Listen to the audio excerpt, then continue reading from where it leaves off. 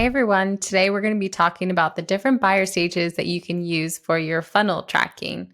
Now, we've worked on funnel projects at CS2 so many times for clients. It's one of our foundational pieces of our go to market operations framework.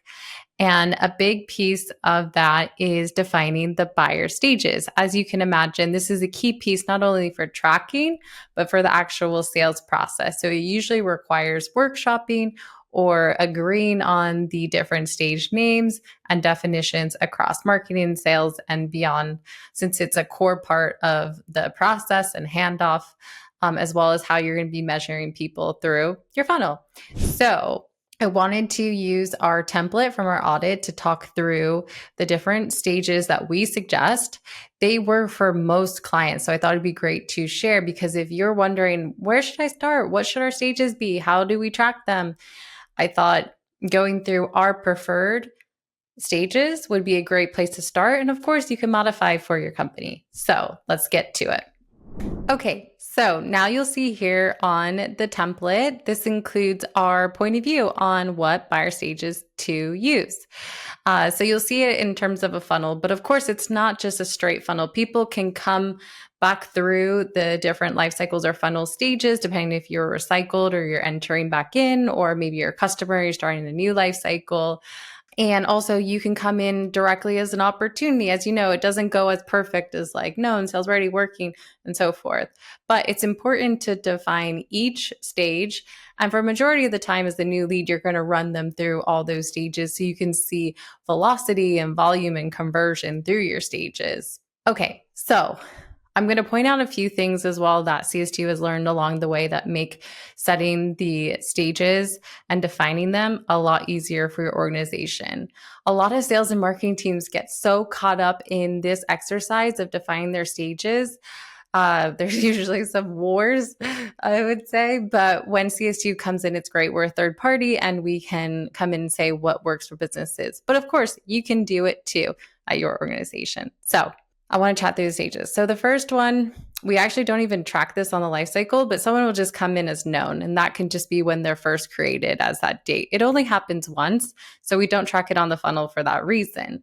We start it at the next stage, which is sales ready. And you'll see here, we don't say MQL. The reason for that is because someone can be sales ready or be backdated for this stage from different places. It could be an outbound lead that a rep has decided to pick up and start working. It could be an opportunity from a partner channel that came in and went all the way straight from sales ready because they're sales ready to opportunity. So that is the reason why we call it sales ready. You'll also know that we don't use acronyms, and I'll talk about the rest of the stages, but when you first look at this, you'll see where are the acronyms: MQL, SAL, SQL. Those all cause confusion. So one tip for us is just state the stage name as exactly what it is. Sales ready, ready for sales. You need to action it. Boom. The next stage after that is working. So we track this right when an activity gets logged in CRM from a salesperson.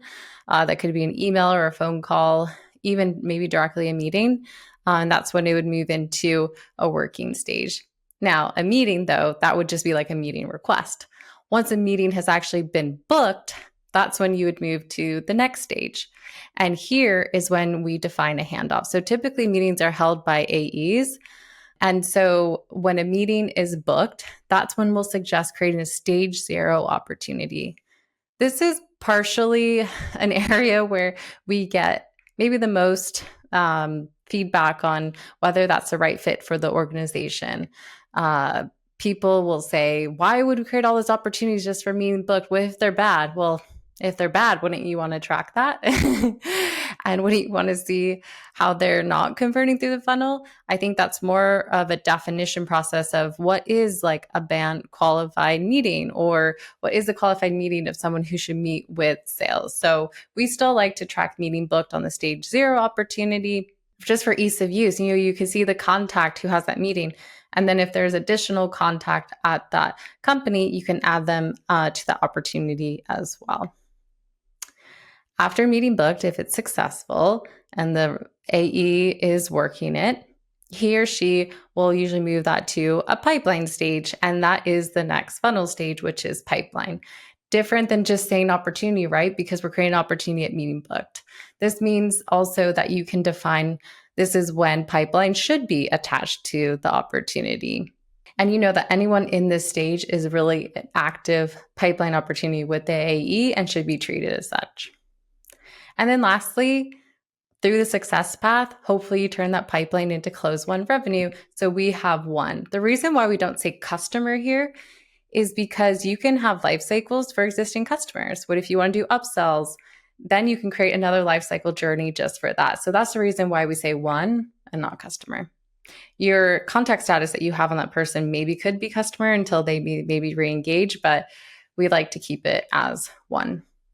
Okay, so that's the success path, but of course there's ways that you get off the success path, which is usually recycled and disqualified. So when you get recycled, that means that maybe you're not ready.